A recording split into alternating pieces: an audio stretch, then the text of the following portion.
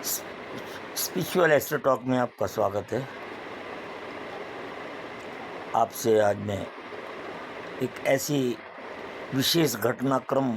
पर चर्चा करूंगा जो आपके लिए बहुत ही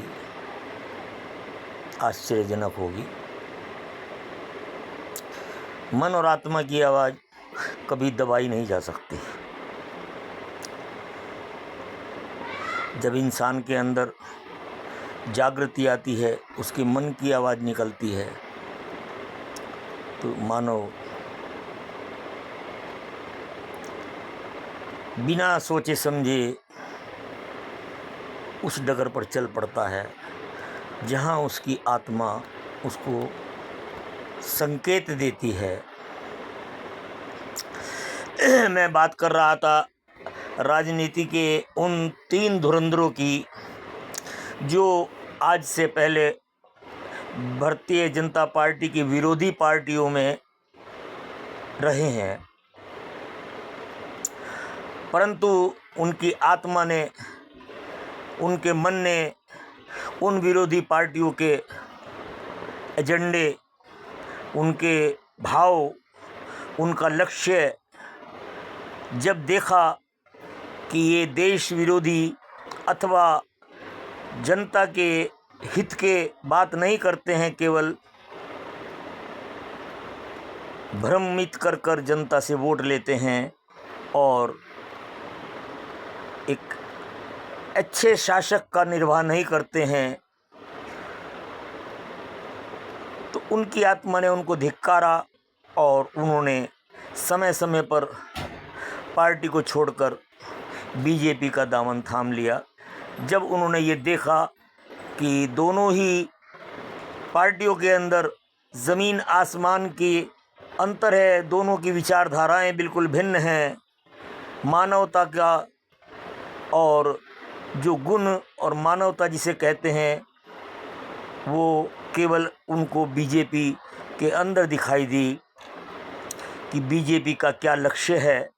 बीजेपी किन सिद्धांतों के ऊपर चलती है,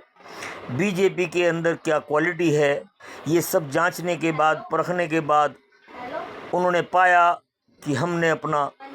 चुनाव गलत किया है और हम अब किसी भी कीमत पर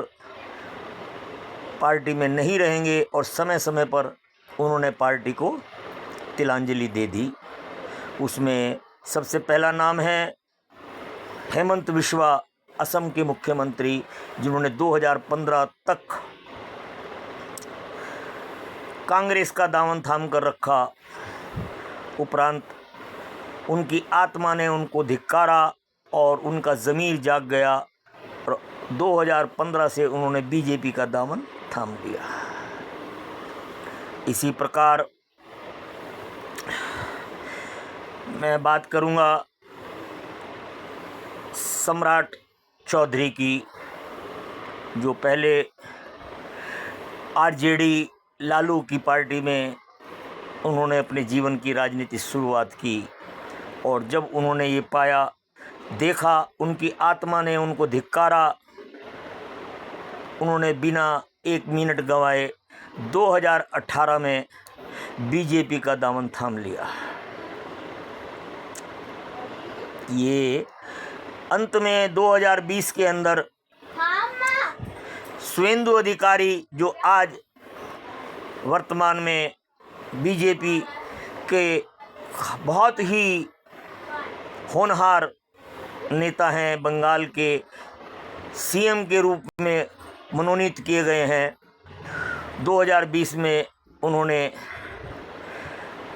ममता का दामन छोड़ दिया, जबकि उन्होंने अपने जीवन की राजनीति की शुरुआत तृणमूल कांग्रेस के माध्यम से ही की थी, परंतु उनकी नीतियाँ, उनके विचारधाराएं और देश के प्रति, जनता के प्रति उनके दायित्व का विमुख होना, अधर्म की नीति पर चलना, ये इन महान हस्तियों को नहीं गंवारा और इन्होंने 2015, 2018, 2020 में अपने उन पुराने गुरुओं को छोड़कर नई नीति, मानवता का दायित्व निभाने वाली, जनता का खुशहाली को सुरक्षित रखने वाली, जनता के हितों का ध्यान रखने वाली, नारी का सम्मान करने वाली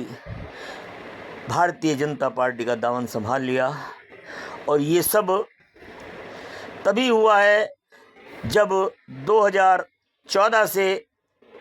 भारत की बागडोर बीजेपी के हाथ में आई और देश की पूरी रणनीति मोदी के देखरेख में प्रारंभ हुई। उसकी विचारधाराओं से प्रेरित होकर हेमंत बिस्वा, चौधरी सम्राट और सुवेंदु अधिकारी तीनों ने बीजेपी को अपनाया और आज उसी सिद्धांत के आधार पर तीनों ही मुख्यमंत्री के पद पर आरूढ़ हैं और जनता के लोकप्रिय हैं। आपको कैसा लगा ये मुझे बताइए, फॉरवर्ड कीजिए, लाइक कीजिए।